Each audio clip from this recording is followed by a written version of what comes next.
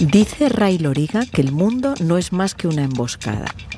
Hola, soy Berna González Harbour y esto es ¿Qué estás leyendo?, el podcast de libros del país.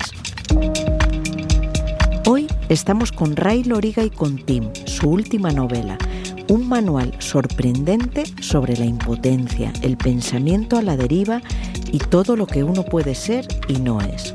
Y una nueva entrega de este gran autor que siempre sabe encontrar una voz. Bienvenidos y bienvenidas a este espacio en el que, como sabéis, los únicos algoritmos somos nosotros.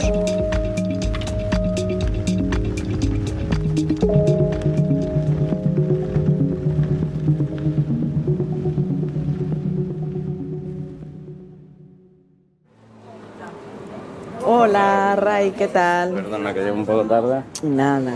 Es que se me ha juntado, soy con la mudanza ahora, la promoción, los viajes. Que te vas a Trujillo, te pillamos Sí, en sí. tus últimos días en Madrid, Que ¿no? me estaban trayendo ahora las cajas y estaba esperando al señor de la mudanza. Pues estamos en el centro, en la calle Almagro, en una terraza que me has traído porque vives aquí y no vas a echar de menos todo esto, este sol, estas terrazas. Bueno, he vivido siempre en Madrid toda mi vida y imagino que algo sí echaré de menos, pero por otro lado allí también me encanta. Últimamente he pasado ya mucho tiempo en Trujillo y como que mi vida se ha acoplado muy bien allí, o sea que no me voy con gran pena. ¿Hay librerías en Trujillo? Pues pocas, voy a tener que hacer algo al respecto, porque no hay librerías como tales, no hay algún bestseller en un kiosco de prensa, pero librerías, digamos, serias, no. Bueno, que nos buscamos un sitio dentro de este bar de la Muca para hacer la entrevista. Perfecto. Venga, vamos allá.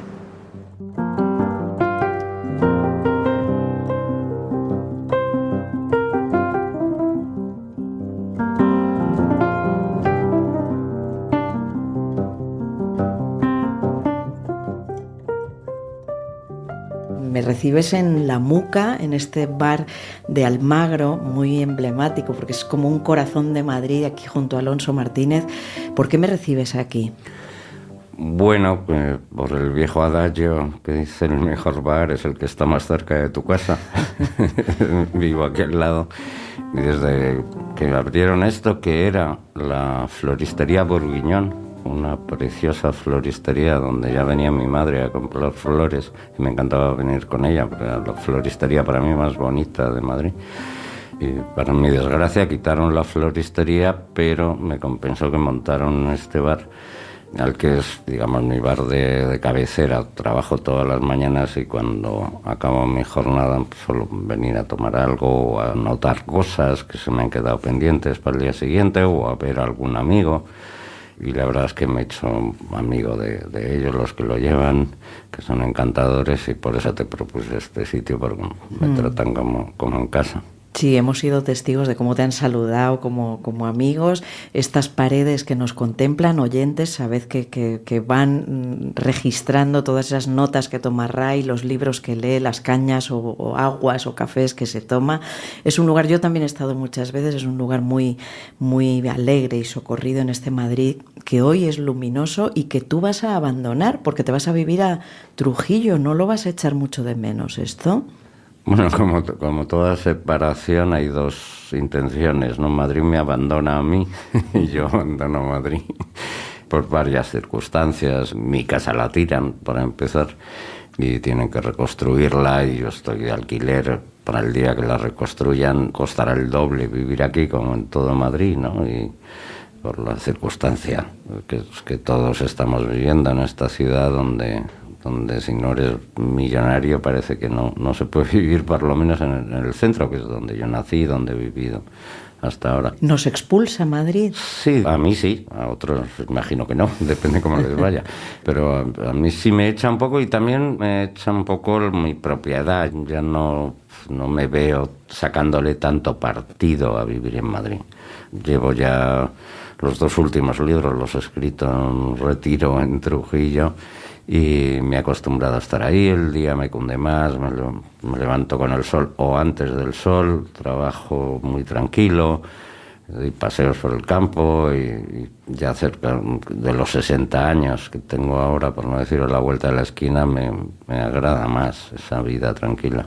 Bueno, me has contado antes que vas a una casa que ya es donde has escrito tus últimos libros, en ese centro medieval de Trujillo que es maravilloso. Estás realmente ahí desconectado y bueno, y ahí entiendo que es donde has pergeñado esta novela, Tim, que has sacado recientemente, y vamos con ella. Tenemos un narrador en primera persona que está despertando y no reconoce el lugar, las voces, que intenta recomponer quién es, qué le falta, si está en un hotel, en una cárcel, en un tanatorio, dices, o por qué le reclaman un alquiler. ¿Cómo nació esta idea, Ray? Si te digo la verdad, no lo sé. Nunca tengo la sensación de tener un momento eureka con nada de lo que he escrito, de decir, esto va a ser... Es más bien un proceso, es un proceso de sedimentación, de rumores, de por aquí podría ir, de prueba y error, de descarte. Para mí escribir una novela se trata sobre todo de las que no vas a escribir. Joan Didion lo aplicaba a cada frase, ¿no? Decía, cada vez que escribo una frase es la que acabo de matar, la que no he escrito. Y ahí siempre el vértigo de si estás acertando con la que escribes o con el libro que eliges escribir o no. Pero son muchas cosas, ¿no?, que se van sumando, sobre todo rumores de voz. Para mí, luego la voz encuentra camino y me propone una historia, ¿no?, que podría pasar con esta. Y esta novela empezó por el principio, que es lo que he corregido menos, lo he revisado mucho, pero es quizá lo que menos ha cambiado, las primeras 3 páginas. Y ahí me parecía que estaba el germen de una historia. ¿Es tal vez la más intimista que has escrito? En cierta medida sí, porque es una voz que solo habla consigo misma, que solo discute con su propio pensamiento. Es un proceso de hipótesis del futuro, de hipótesis de su propio pasado, de hipótesis de su contexto, de hipótesis de su situación. Y va como creando líneas narrativas que pueden ser las guías de su identidad, pero que enseguida se empeña en deconstruir y en dudar. Y es como toda esta especie de tarea de Penélope, ¿no?, que teje y desteje al mismo tiempo. Pero en este caso sin esperar a nadie, o a lo mejor esperándose a sí mismo, encontrarse finalmente quién es. Sí, es un monólogo, es una reflexión interior y hay pasado, hay futuro, yo detecto fracaso o miedo al fracaso, a la decadencia. No sé si tiene algo que ver con tu propia enfermedad. Vamos a recordar, los oyentes lo saben, que sufriste un tumor, perdiste parte de la visión de un ojo, por lo que ahora llevas un parche. No sé si está conectado con ese sumirse en esa oscuridad que tal vez supuso la enfermedad o no. La verdad es que me lo han preguntado mucho. Puede que no de una manera consciente, porque es verdad que es obvio que si alguien sabe lo que te ha pasado, diga, bueno, tiene cierta lógica que con todos los meses que tuve que pasar en una cama, entre el preoperatorio, el posoperatorio, más la recuperación, que fue mucho tiempo, me hubiera dado pie a escribir algo sobre un tipo que está en una cama, que viene de no sabe dónde y va hacia no sabe dónde tampoco, y hace una especie de reconstrucción de los pedazos rotos de lo que podría ser su identidad o su vida, ¿no? Y es muy probable que tenga algo que ver. Yo no me lo planteé así, pero es muy probable que sí tenga que ver, ¿no?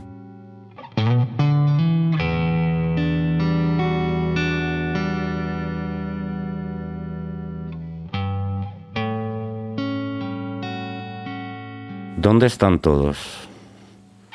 Antes me despertaban sus voces, sus pasos, o dejaban ese trabajo a los pájaros. Ahora ni los unos ni los otros se toman tantas molestias, o tal vez ya se han ido. Tampoco mi madre llama al desayuno, ni agita la mañana con irrenunciables premuras. Ni el colegio, ni el oficio, ni el juego o el baño me esperan. Pudiera ser que la habitación esté vacía y que esta no sea mi casa. Es más, si de veras me esfuerzo en despertar, es muy posible que no haya nada de lo mío alrededor y que esta estancia no sea sino otra de esas habitaciones de hotel en las que tan a menudo me hospedo en mis viajes aquí y allá, en ciudades de costa o interior, en países muy lejanos o en pueblos desconocidos de mi propia patria. O aún peor, pudiera ser que se trate en realidad de una miserable pensión o de un hospital, o peor todavía, de un manicomio o una celda. Solo espero, mientras medito, si merece la pena despertar, que no sea una tumba.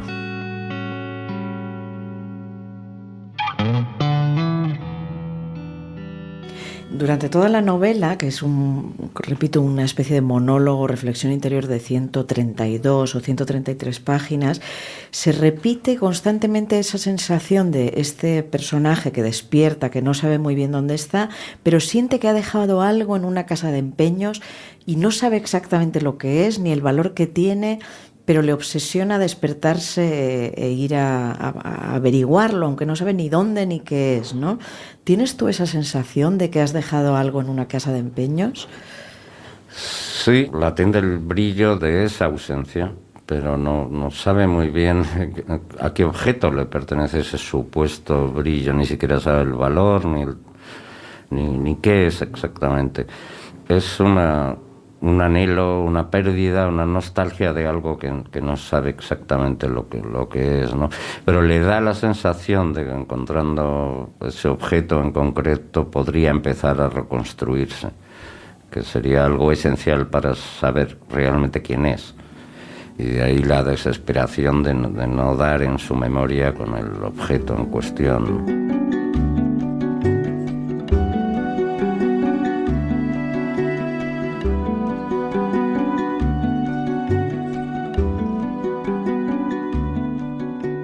Desde la cama aún soy capaz, en dormivela, de conservar el alma tranquila. Puede que gracias a esta costumbre adquirida echarle a Tim la culpa de todo, muy lejos de la amenaza del primer paso en alguna de las direcciones posibles. Un alma congelada, si se quiere, pero se mire como se mire, mejor congelada que podrida. Por lo tanto, resulta más prudente por ahora limitarse a vigilar la dichosa puerta, a la vez extraña e inevitablemente mía, con la esperanza de someter el universo entero a una condición amable, obligarlo a convertirse por una vez en un infinito postrado, como el perro que duerme a los pies de su dueño. Es mucho pedirle al día que, aunque sea solo por hoy, repose a mi lado y no me amenace.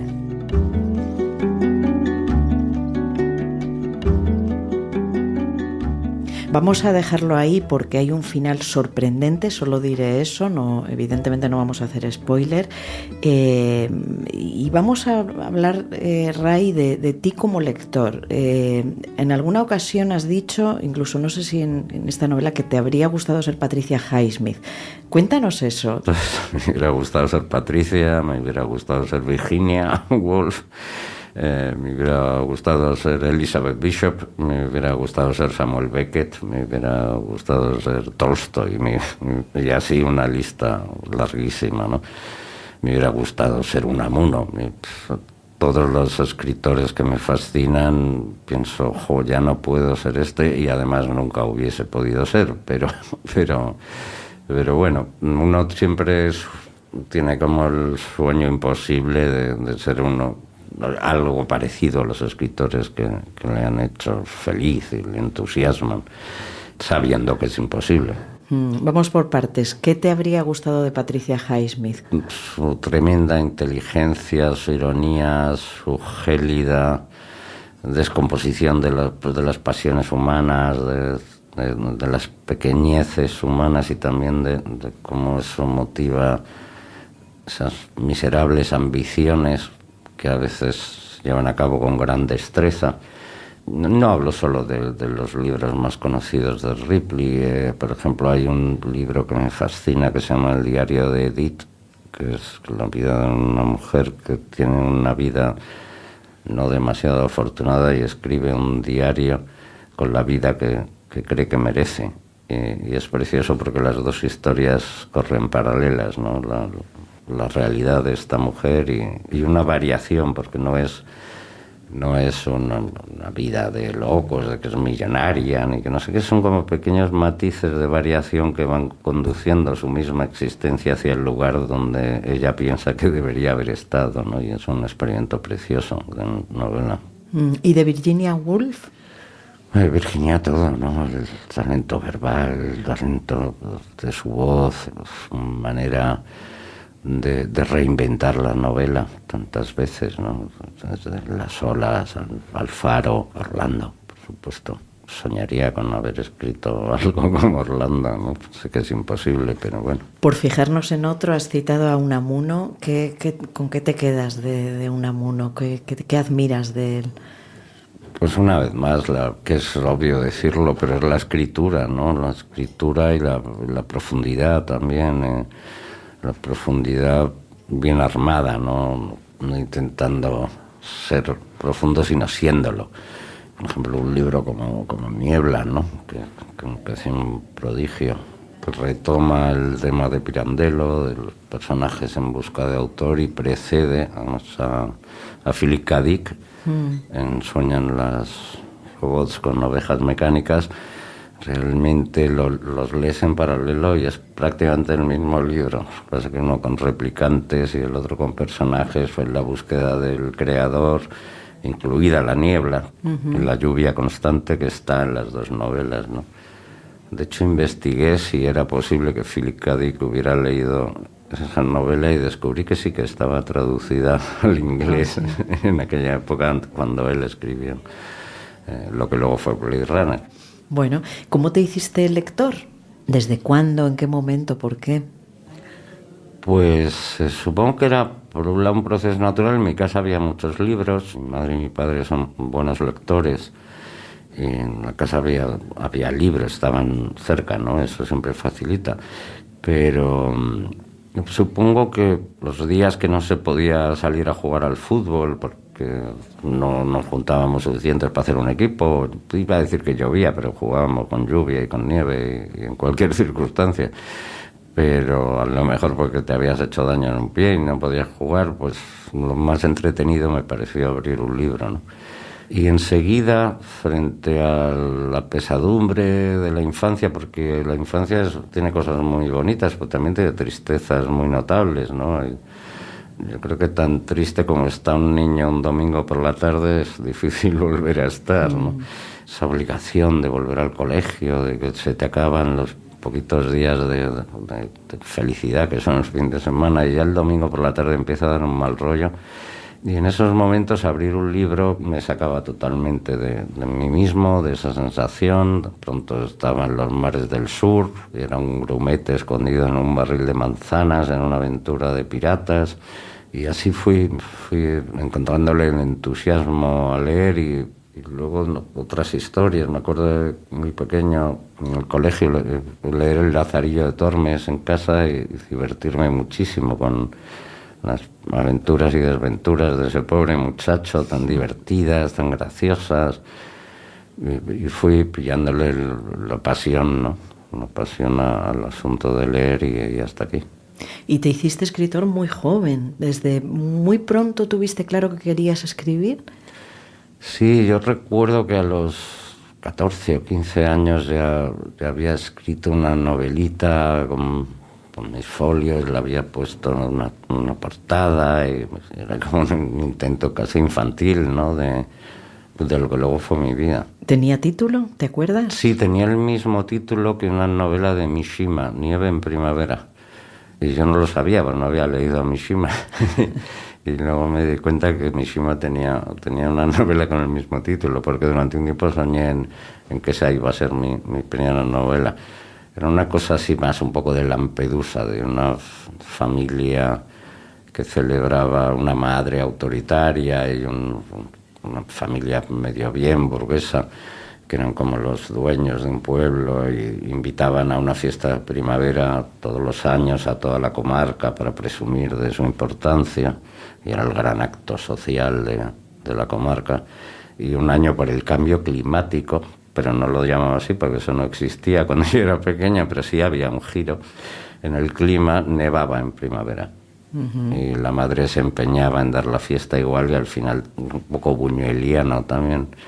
Toda la familia, no iba nadie de la comarca porque los otros eran más sensatos y la familia se congelaba. Eras un visionario, entonces, ¿no? Es que me acuerdo perfectamente de la trama. No sé qué tal estaría escrita, pero me acuerdo de la trama. ¿La conservas? No, nunca la conservé. No. Pero bueno, has sido un escritor con éxito desde muy joven y con un éxito mantenido. ¿Estás satisfecho, digamos, ahora que vislumbras, me comentabas antes, la 60? ¿Estás satisfecho cuando miras atrás de tu carrera de escritor? En cierta medida sí. En cierta medida no, porque escribir siempre es una frustración. Uno sueña que le va a quedar mejor de lo que le queda luego, ¿no? Por mucho que te lo ponga bien una crítica o el libro vaya razonablemente bien, no está a la altura de lo que tú habías soñado. También es verdad que luego hay una satisfacción que, si bien no es tan bueno como soñabas, a veces es bastante mejor de lo que temías, porque eso siempre convive, ¿no? De decir que temo que me quede peor todavía, me ha quedado decentemente bien.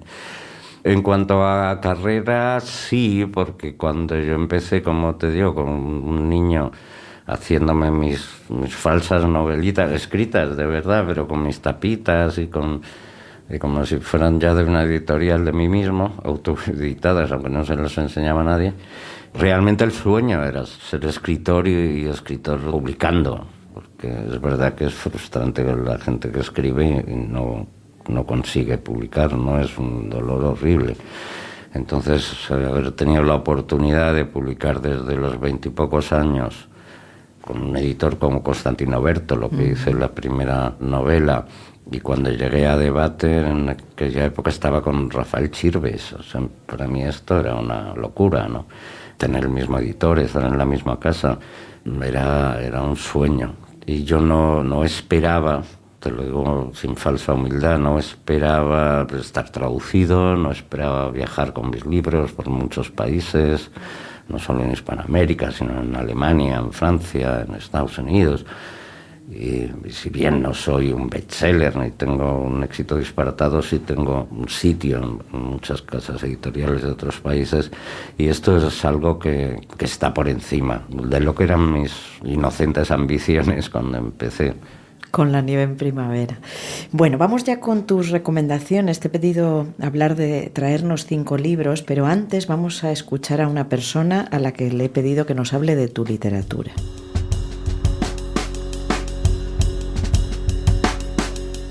Hola, soy Andrea Aguilar, periodista de la sección de Cultura y de Babelia, especializada en libros.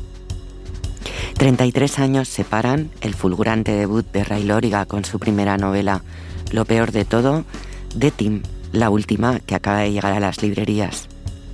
Entre medias, 12 novelas más, y los libros de relatos, Los oficiales, El destino de Cordelia o el fantástico El hombre que inventó Manhattan. Entre medias también, el homenaje a David Bowie con el título de Héroes, Almodóvar y Carne Trémula, o su adaptación de Santa Teresa de Jesús. El hilo que trenza todo es la escritura clara, la pasión por la literatura, el humor, el amor y la ternura exentos de cursilería. Ray Loriga es un clásico que no se cree clásico, que no renuncia a contar historias sobre la amistad, sobre la fama, sobre el amor, sobre la enfermedad, que habla desde el primero de sus libros sobre la extrañeza de este mundo y mantiene la media sonrisa. Esa extrañeza que retrató en Rendidos y a la que vuelve en Tim. Alguien cuya voz literaria ha inspirado ya a varias generaciones, que transita por la literatura con fe en las aventuras. Lo peor de todo son las horas perdidas. Arrancaba así con esta frase de su primer libro. Y creo que muchos lectores coincidirán conmigo en que lo mejor de todo son las horas ganadas leyendo los libros de Ray Loriga.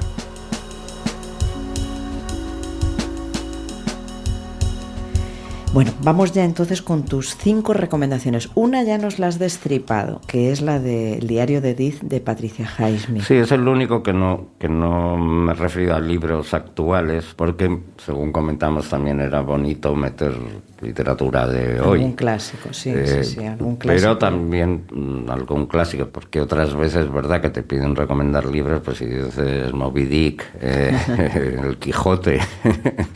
Y así en esa línea, o la Metamorfosis de Kafka y el Ulises de Joyce, pues queda un poco como, bueno, ya eso ya nos los recomendamos nosotros mismos, porque los conocemos todos. Entonces, bueno, he escogido de la última jornada, o más o menos escritores que a mí me gustan mucho desde hace tiempo. El primero es Los ilusionistas de Marcos Giral, que además presentaste recientemente en Madrid. Sí, un libro que presenté recientemente en Madrid, que Marcos presentó el mío también, por cierto. Marcos Giral Torrente es un escritor que me encanta, el que conozco hace muchos años, empezamos prácticamente juntos, y este es un libro que me parece especialmente hermoso, logrado, habla de la fantasmagoría que supone la familia, esa especie de caldo del que venimos y que de alguna manera nos define y a veces incluso nos limita o nos marca un patrón a seguir, y hasta qué punto es una investigación muy fría de qué hay de verdad, qué hay de mentira, qué hay de verdades cruzadas o verdades intencionadas. Un análisis de todo ese pasado familiar y cómo eso nos influye o nos conforma o en qué medida, ¿no? En este caso concreto, además tiene el interés añadido que el personaje, digamos, primero es Gonzalo Torrente Ballester, que es un autor que todos admiramos, pero considero que incluso aunque fuera una familia perfectamente anónima, el libro funciona exactamente igual de bien. Y es especialmente sobre su madre, ¿no? Por lo que tengo entendido, aún no lo he leído. En realidad el libro comienza con su abuelo y su relación con la primera mujer de su abuelo, que es la madre de Marcos y de los 3 hermanos de Marisa, que es la madre de Marcos. Los 3 han muerto ya, solo queda Marisa. Y sobre esos 4 hermanos se centra en ellos, en la historia de cada uno de ellos. Porque Gonzalo Torrente Ballester se casó luego en segundas nupcias y tuvo otros 7 hijos, me parece. Entonces, digamos que es sobre el núcleo familiar concreto de Marcos y su madre. Y investiga la vida de estos 4 hermanos. El último capítulo, probablemente el más hermoso y brillante, aunque son todos muy hermosos, es el dedicado a su madre, que es la chica, curiosamente, que aparece en la portada en una foto preciosa de los años 60. Lo tengo pendiente, lo quiero leer. Has elegido también Te siguen, de Belén Gopegui, también una grande de las letras. Sí, Belén es otra escritora que desde el principio siempre me ha fascinado, me encanta cómo escribe, y su último libro es estupendo, me parece fantástico, y está también, no tiene nada que ver con el mío, pero sí está como dándole una vuelta a su manera al signo de los tiempos que vivimos, de la tecnología incrustándose en nuestros haceres, en nuestros saberes, y en nuestros quereres y en nuestros seres al final, ¿no? Y me parece un libro muy bonito. Bueno, tienes también Luna Park de Marina Pérez Agua. ¿Qué nos cuentas? Sí, es una escritora muy distinta a todo, muy sorprendente, muy firme en su voz. Una escritora que me parece excitante todo lo que escribe, porque siempre te lleva por caminos que no esperas. Tiene a veces una dureza sorprendente, a veces una dulzura desconcertante. Lo descubrí hace tiempo en su primer libro, luego leí Leche, que es una colección de cuentos muy hermosa. Y la verdad es que es una escritora más joven que yo, que me parece que tiene una voz única. Y por último nos traes Canon de cámara oculta de Enrique Vilamatas. Sí, qué decir de Enrique, ¿no? Para mí siempre es un placer cada libro de Enrique, aparte que siendo muy distintos tenemos muchas afinidades literarias, aparte de una amistad muy sólida desde hace muchos años. y cada vuelta de tuerca que le da Enrique a este asunto de ser escribiendo, si es que somos escribiendo, no somos escribiendo. Me parece fascinante, más todo su paisaje de referencias, pero no de referencias dropping names, sino de cómo analiza dentro de su literatura qué parte juegan las literaturas de los demás, ¿no? Me parece siempre brillante y siempre divertido y siempre muy estimulante. Bueno, te agradezco estas recomendaciones porque efectivamente has hecho el esfuerzo de traernos libros actuales que todos son, te confieso que los tengo pendientes de leer todos estos, pero todos van a caer este verano y desde luego me vienen con muchísimas recomendaciones que hacen que también se las traslade a los oyentes. Vamos a escuchar ahora, Ray, las recomendaciones que nos hace esta semana Babelia.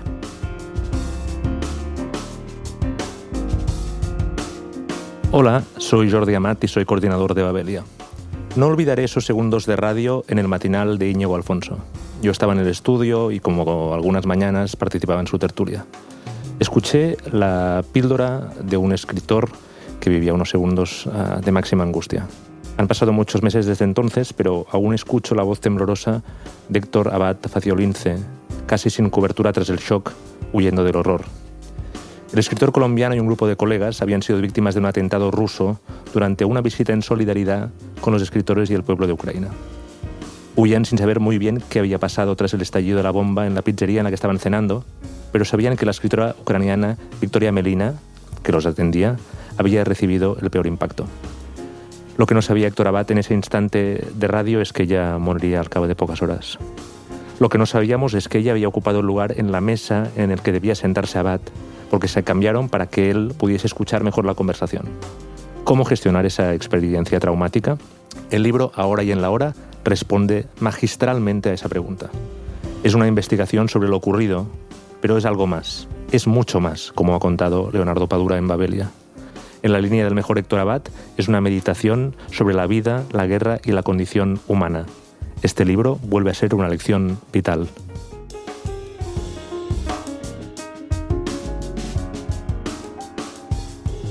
Bueno, y ahora sí, antes de despedirnos con un poema como solemos, ¿nos quieres contar cuál será tu próximo proyecto? ¿Tienes ya algo entre manos? Pues tengo algo que no voy a contar porque me gusta además ese momento de libertad total cuando puedo cambiar de idea todavía, ¿no? Las novelas de un momento que cruzas el Cabo de Hornos y ya es más fácil llegar al otro puerto, sí, sea cual sea, que volver para atrás porque ya llevas demasiado viaje hecho. Y ahora que estoy todavía en ese punto de libertad de poder cambiar de idea, pues prefiero no comentar nada. De hecho, no se lo comento ni a mi editorial, si te sirve de consuelo. Y ellos siguen conmigo y dicen, pues donde tú vayas te seguimos. Pero no me gusta, estoy todavía en esos primeros pasos con una idea que pienso que puede ser. Lo que no va a ser es del medioevo, ni porque muchas me preguntan, ¿qué te vas a vivir a Trujillo? ¿Vas a escribir novela histórica o novela...? No, voy a escribir más o menos como suelo escribir yo y los temas que me interesan, pero en otro sitio. No es que me vaya a empapar de la novela del medioevo. Pero bueno, estoy ahí todavía dándole vueltas, aunque con cierto entusiasmo por una línea. Hombre, es que ese momento es muy ilusionante, ¿no? Cuando hay chispas que brillan y uno va empezando a atar hilos. Sí, todos los arrancando. Que escribimos, y tú también eres un magnífico escritor, digo, no porque yo sea magnífico, sino porque tú lo eres. Es un momento que no te puede quitar nadie, ¿no? El momento de la ilusión de empezar algo con el sueño de dónde va a ir, y por eso no me gusta todavía compartirlo. Bueno, pues vamos a despedirnos con un poema, como solemos siempre, y has elegido no solo un poema muy especial, sino que lo has traducido tú mismo para traernos la versión más ajustada. Bueno, no por meterme con las otras traducciones, sino porque lo he leído siempre a Elizabeth Bishop, que te la puedes leer entera fácilmente, porque era una escritora que, si no me equivoco, escribió en toda su vida, publicó, escribiría más, pero publicó 101 poemas, que trabajaba muchísimo entre libro y libro, cada poema, Era muy metódica, muy perfeccionista y no muy prolífica, pero todos sus libros de poesía me parecen maravillosos. Y bueno, tenía cierta discrepancia con alguna de las traducciones que encontraba, entonces me he hecho yo una, humildemente me he hecho una, pero vamos, es más o menos lo mismo, pero cambia. Vamos a ello. Se llama Un arte, el poema, y dice así: el arte de perder no es difícil de dominar. Tantas cosas parecen empeñadas en perderse que su pérdida no es ningún desastre. Pierde algo cada día, acepta el trastorno de las llaves perdidas, de las horas malgastadas. El arte de perder no es difícil de dominar. Después practica el perder aún más lejos, perder más rápido, lugares y nombres, y donde se suponía que deberías viajar. Nada de esto ocasionará un desastre. Perdí el reloj de mi madre, y mira, mi última y la penúltima de mis casas amadas se fue. El arte de perder no es difícil de dominar. Perdí 2 ciudades preciosas y algunos reinos que poseía, 2 ríos, un continente. Los añoro, pero no fue un desastre. Incluso perderte, la voz bromista, el gesto que amo. No habré mentido. Es indudable que el arte de perder no es difícil de dominar. Por más que a veces pueda parecer, escríbelo, un desastre. Muchas gracias, Ray. Ha sido espléndido escuchar tu propia traducción de Un arte de Elizabeth Bishop, que además diré a los oyentes que la siento muy conectada con tu novela Tim. Enhorabuena y hasta pronto. Muchísimas gracias, Berna. ¿Qué estás leyendo? Es el podcast de libros del País. Lo presenta y edita Berna González Harbour, con dirección de Silvia Cruz La Peña, la edición de Ana Rivera, realización de José Juan Morales y diseño de sonido de Nicolás Sabertidis.